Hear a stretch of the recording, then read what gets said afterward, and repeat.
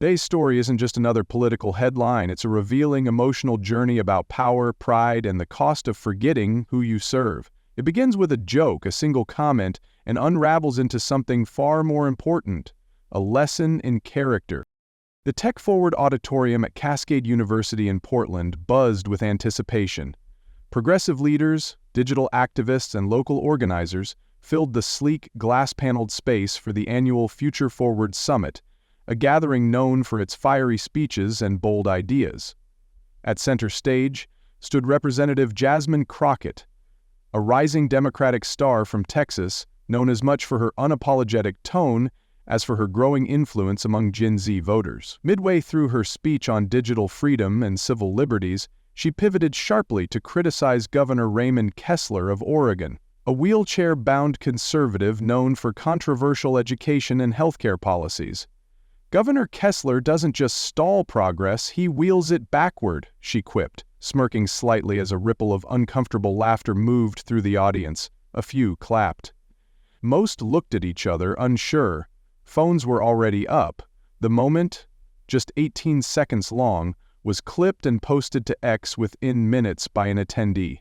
The caption read, "Did she really just say that?" At first, the video was passed around in political circles with mild curiosity, but by nightfall, it had exploded. Disability rights advocates decried the comment as ableist and dehumanizing. Conservative pundits seized on it as evidence of progressive hypocrisy. Even neutral observers, journalists, professors, local officials began weighing in. It wasn't the first time a politician had made an off-color remark, but this one hit differently. The imagery, the smirk, the casual tone, it all added up to something that felt pointed, not accidental. Hashtags like mocking disability and wheels of outrage began trending. The clip aired on cable news loops before midnight, and political talk shows booked emergency panels to dissect the fallout. Crockett, unaware at first, was boarding a red-eye flight back to Seattle when a staffer handed her a phone and said softly, "You need to see this." She watched it once, then again, eyes narrowed, face unreadable. By the time she landed, the damage was already spiraling. What had been intended as a sharp critique of a political opponent had now taken on a life of its own, one that wasn't about policy, but about tone, character, and a deep question that would haunt the rest of the week. What kind of leader laughs while cutting down someone's body? Not their ideas. By the next morning, the digital backlash was a wildfire. What started as a viral moment had now metastasized into a full-blown political crisis. Within hours, the clip of Jasmine Crockett's "wheels it backward" comment had been reposted by disability rights advocates, veterans organizations, and even some left-leaning influencers who had previously supported her. The tone was unified and fierce. This wasn't just a misstep. It was cruelty disguised as cleverness. One of the first major blows came from Marcus Delgado, a decorated Marine Corps veteran and double amputee from Tacoma, Washington. Sitting in his wheelchair, facing the camera with quiet intensity, Marcus posted a 2-minute video on Instagram and YouTube. "I've been in a chair longer than she's been in office," he began.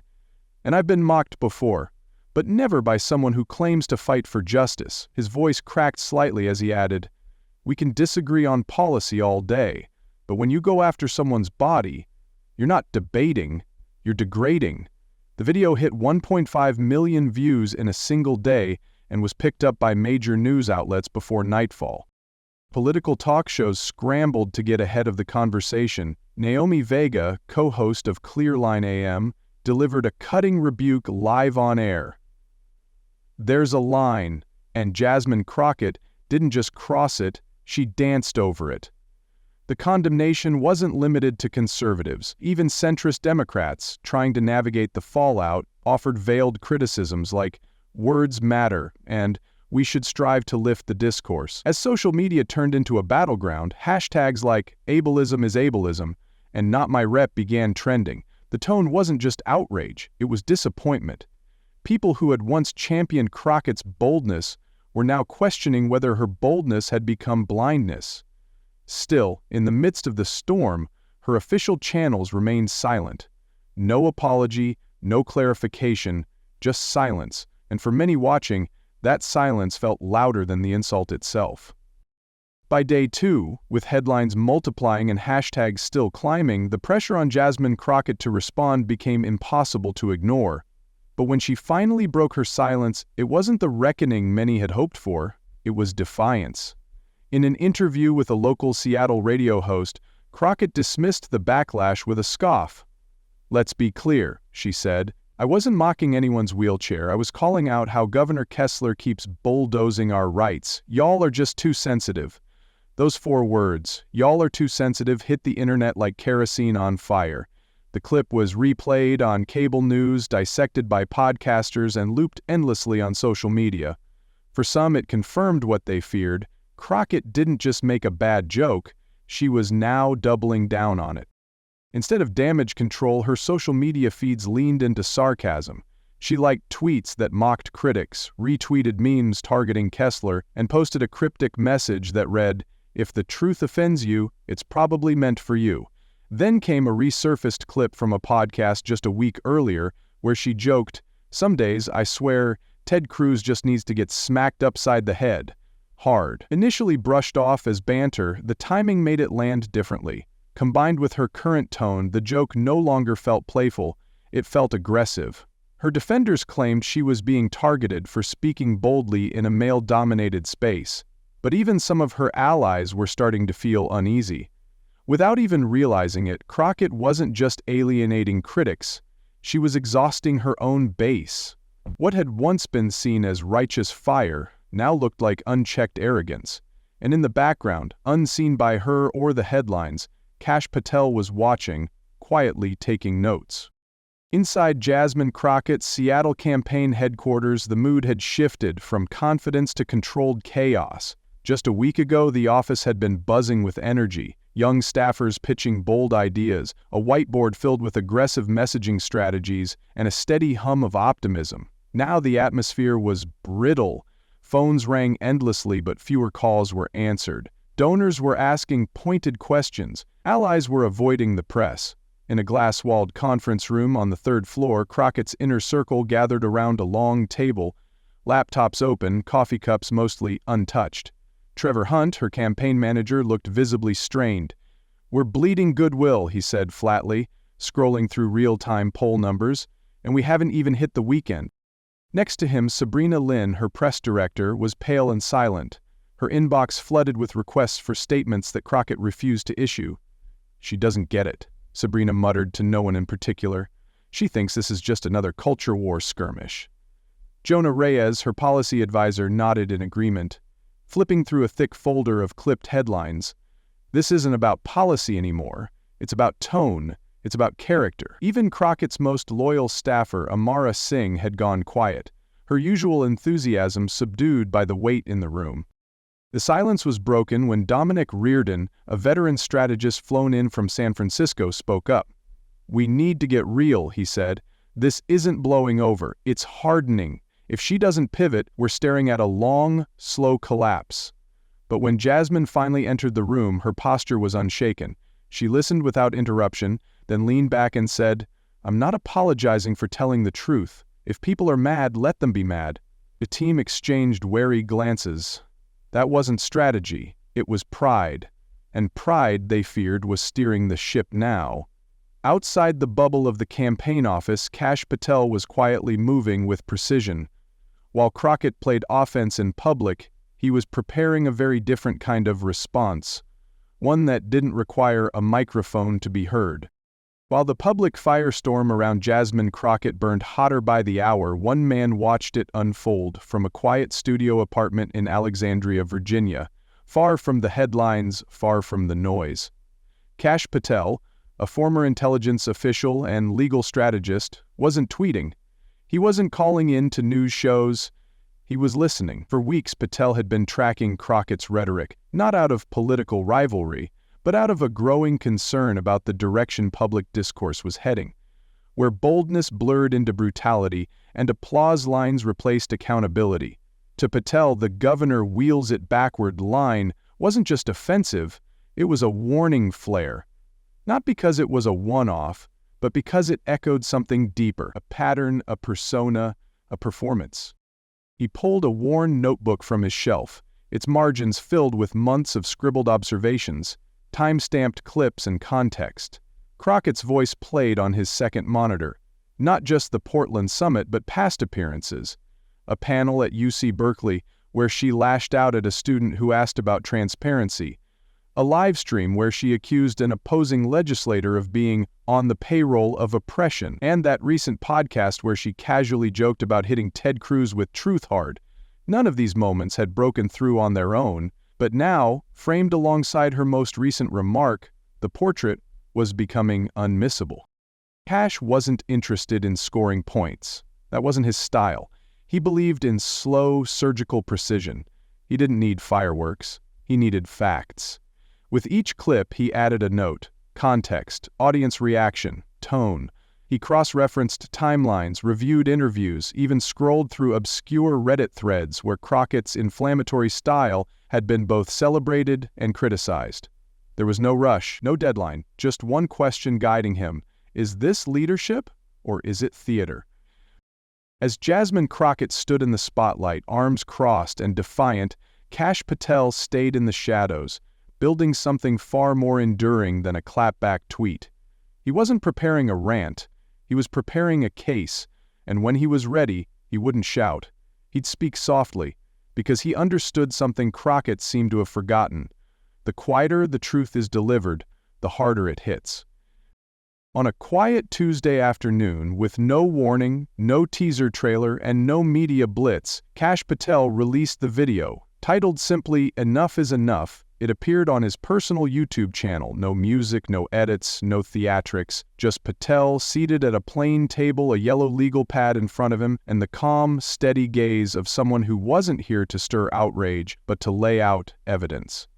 "Let's talk about Representative Jasmine Crockett," he began, "because this isn't just about one offensive comment. It's about a pattern. What followed wasn't fiery or emotional, it was methodical."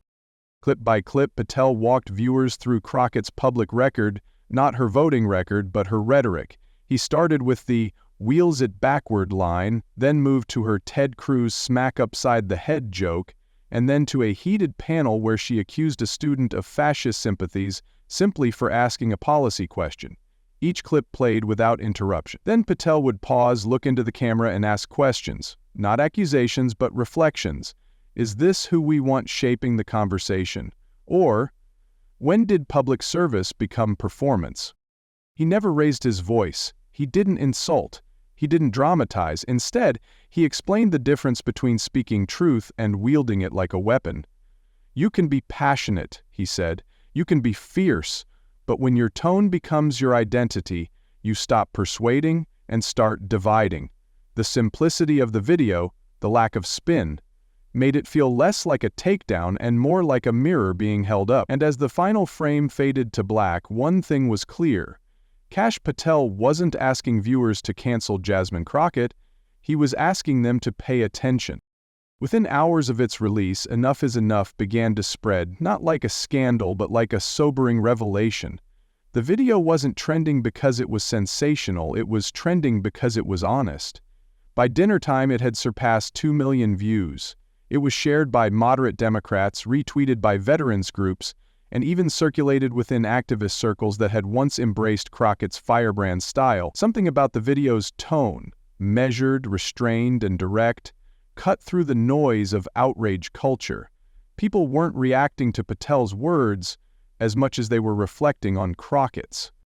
The clip where Patel addresses veterans hit particularly hard. "You know what courage looks like. You've lived it. Mocking a man's wheelchair because you don't like his politics isn't courage, it's cowardice hiding behind a mic." That line was quoted across Twitter, read aloud on morning shows, and included in blog posts with headlines like, "When the quiet voice speaks loudest." What unsettled Crockett's team the most wasn't the video's reach, it was the reaction. There were no smear tactics to attack, no yelling to discredit. Just her own words, played back with silence between them. And while political videos usually rise and fall in a flash, this one didn't fade. It lingered. By the next morning, talk shows, podcasts, and editorial pages weren't asking whether Crockett had been unfairly targeted. They were asking something far more dangerous for a rising politician. Had she been misunderstood? Or had she finally been seen clearly? By midweek, the ripple effects of Kash Patel's video were no longer limited to pundits and press. They were shaking the foundation of Jasmine Crockett's own base. Inside campaign headquarters, calls from donors were no longer about event invites or endorsements. They were about distance. A longtime contributor from Spokane sent word through a consultant, "I can't defend that wheelchair comment to my board. I'm out." Others followed quietly. The usual stream of public support from progressive organizations turned into radio silence. Even Crockett's fiercest defenders on social media began dialing back their enthusiasm, opting for vague calls to focus on policy instead of personal attacks. But behind the scenes, it was clear. Confidence in her wasn't just slipping, it was cracking. One of the most jarring moments came from Linda Merrick, a retired principal and influential community leader in Eugene, Oregon, who had once hosted Crockett at a town hall fundraiser. In a sharply worded Facebook post that went viral locally, Merrick wrote, "I supported her because I thought she was bold, not because I thought she was cruel. There's a difference, and now I see it." That single line was reposted thousands of times, even landing in a CNN segment about shifting public sentiment. What haunted Crockett's team wasn't just the criticism. It was the silence from those who used to speak up for her. The political class understood what that meant. Silence wasn't neutrality. It was preparation. Allies were backing away not because they were uncertain, but because they were getting ready to explain why they had supported her, not why they still did. And all the while, Patel remained offline. No retweets, no interviews. His silence echoing louder than any rebuttal Crockett could craft. The auditorium at Southern Methodist University in Dallas was packed, not with supporters, but with eyes waiting to see what Jasmine Crockett would say. Originally billed as a stop on her statewide listening tour, the event had quickly turned into a pressure cooker. Local reporters filled the front row, national outlets had quietly slipped in the back, and from the moment Crockett stepped onto the stage, dressed sharply in navy blue but with a steeliness in her eyes, it was clear she wasn't there to make amends. The moderator, veteran journalist Jules Hines, started gently, with questions about education and environmental policy, but everyone knew what was coming. At the 15-minute mark, Jules leaned forward, voice measured. "Representative Crockett," she said, "you've faced criticism over the recent comments about Governor Kessler. Given the response, do you regret using that phrasing?" Crockett didn't flinch. She took a slow breath, then replied, "I regret that people are more outraged by my words than by the policies destroying lives every day. I don't care what kind of chair Kessler uses. I care about the harm he signs into law, and if that offends people, maybe they're not offended enough by the real damage being done." A few claps rang out, scattered, hesitant, but the silence that followed was deafening. The audience wasn't angry, they were unsettled. The tone, the lack of empathy, the refusal to acknowledge the hurt, all of it felt off, and the moment was caught on every phone in the room. By nightfall the clip was online, and the headlines wrote themselves. "Still no apology. Defiance over dialogue. Crockett doubles down." What was meant to be a moment of leadership had become something else entirely, a televised unraveling, and one that Kash Patel didn't even need to comment on. The footage spoke for itself. The next blow didn't come from an opponent, a pundit, or a political rival. It came from someone who had once believed in her. Emmett Navarro, a quiet, behind-the-scenes digital coordinator who worked on Jasmine Crockett's first state campaign, uploaded a 6-minute video to his personal Facebook page late Wednesday night. There was no lighting setup, no backdrop, just Emmett sitting in his backyard in San Antonio wearing a hoodie, his voice soft but steady. "I didn't plan on saying anything," he began, "but after watching her town hall, I can't keep pretending this is who we started with." He talked about the early days, how inspired he'd been by Crockett's energy, her unapologetic push for justice, her defiance in rooms where others stayed quiet. But somewhere along the way, he said, looking off camera, the fire stopped being about people and started being about her. He didn't shout, he didn't accuse, he just told the truth, his truth. And it hit a nerve. Within 12 hours, the video had been shared across multiple platforms, reshared by activists, and quoted by progressive columnists who had previously backed Crockett. One viral comment summed up the mood. This man didn't cancel her, he grieved her. For many watching, Emmett's quiet heartbreak felt more powerful than any headline.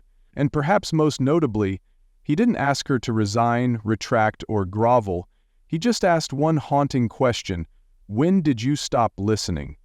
And that, more than any outrage, made people stop and reflect. As Jasmine Crockett scrambled to contain the damage, Kash Patel did something unexpected. He stayed silent. No follow-up video, no celebratory post, no reactive tweet. He didn't need to.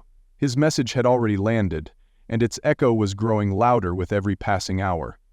News anchors praised the restraint. Editorials described it as a masterclass in clarity without cruelty. Even those who had dismissed Patel as just another partisan voice began to reevaluate, not because he had shouted the truth, but because he had whispered it and walked away. His discipline gave him credibility. In a media landscape fueled by constant reaction, Patel's refusal to gloat gave weight to his original message. The lack of noise became the noise. Voters and commentators alike took notice. While Crockett spun, he stood still. While she fought back, he didn't flinch. As one journalist tweeted, Patel didn't bury her, he let her words do that for him. And that's what made his case so devastating. He hadn't demanded outrage, he'd invited reflection. And in that stillness, people began to shift, not just in opinion, but in expectation. They wanted more from their leaders, and Kash Patel, without saying another word, had just raised the bar.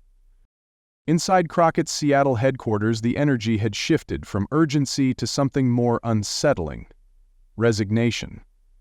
Her core team, once fiery and fast-talking, now spoke in low tones, glancing at one another for cues, for backup, for someone to say what no one wanted to.